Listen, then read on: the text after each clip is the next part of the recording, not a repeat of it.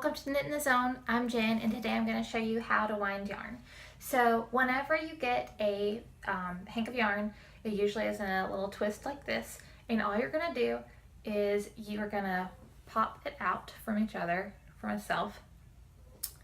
You're going to untwist it, and then you should end up with a ring. Now, what you want to do is then put on your yarn swift. So this is a yarn swift, and what I like to do is go ahead and have it attached to my surface, and then I like to go ahead and have this pin unscrewed enough so that I can, prop it up some. And I usually prop it up a little bit, but not all the way, and then I just barely tighten that. And then I go ahead and put all the yarn around it. And then before I let go of one of the sides, I like to go ahead and scoot this back up the rest of the way so that it locks it on really good. Now, the first thing you want to do before you even take off any of the ties or anything is just kind of make sure that it's straight along the swift.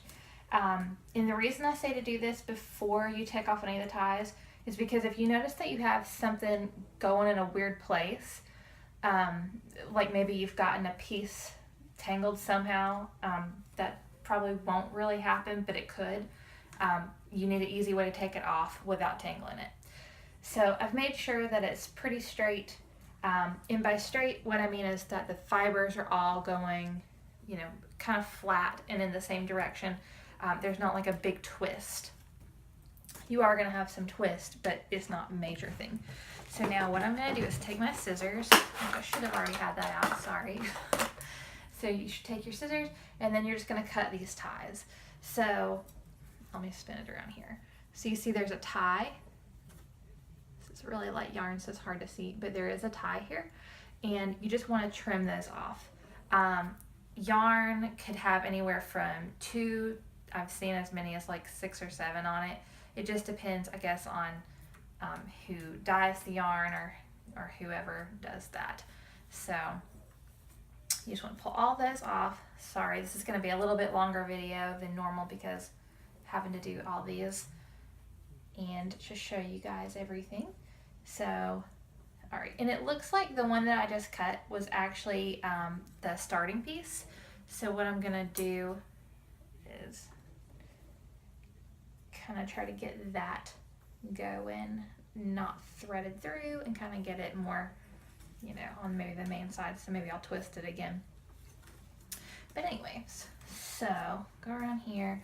I'd already cut this one, which I thought this is where the tie was going to be, and it's not. So anyway, pull all these out. That's my tag. I like to save my tags just so I know, what it is. So put that aside. Now, I feel like I've got all my yarn untangled and untwisted, I guess. Not really tangled, but untwisted. And just take time on this part. This is really important. Just take time to, like I said, just look and really, really evaluate if it's straight or not before you start doing this next part. Because you can go back and fix it, but it just makes the job so much harder. So now, I don't know if you guys are going to be able to see this over here, but I have my ball winder over here. I might have to move the camera, actually. Yeah, okay, so I'll have to move the camera. Hold on, everybody, brace yourself. It's about to get kind of shaky for a second, so hold on. I'm gonna slide you guys over a little. All right, sorry, we will move the seahorse too so you guys can see. Okay, so now you want to take the end of your yarn and you want to walk, or whatever, go over. Guess you probably are not walking. Most people are smart enough to do this closer than what I've done here. But you want to thread it through, swipe it around, and then you want to put the top piece into the little slot on top of your ball winder. And then the first few rounds, I like to go a little bit gentle so that doesn't happen. Which you guys see, it came out, or I don't know if you can see from that far away or not, but it came out. So I like to go kind of gently the first couple of rounds just to kind of, there we go, get it going. Alright, and then you should be able to go fairly quick, assuming your yarn is not jangled up on the actual swift. So sometimes it takes a second to get going. So this is all you do, and I'm not going to make you guys sit here and watch it for that long because that's a lot of yarn to wind. That is my Expressions Fiber Arts Tencel Sport Weight yarn. I think it's merino and Tencel Sport Weight, and it's in the diamond colorway. And that was in my Expressions Fiber Arts haul a few weeks ago.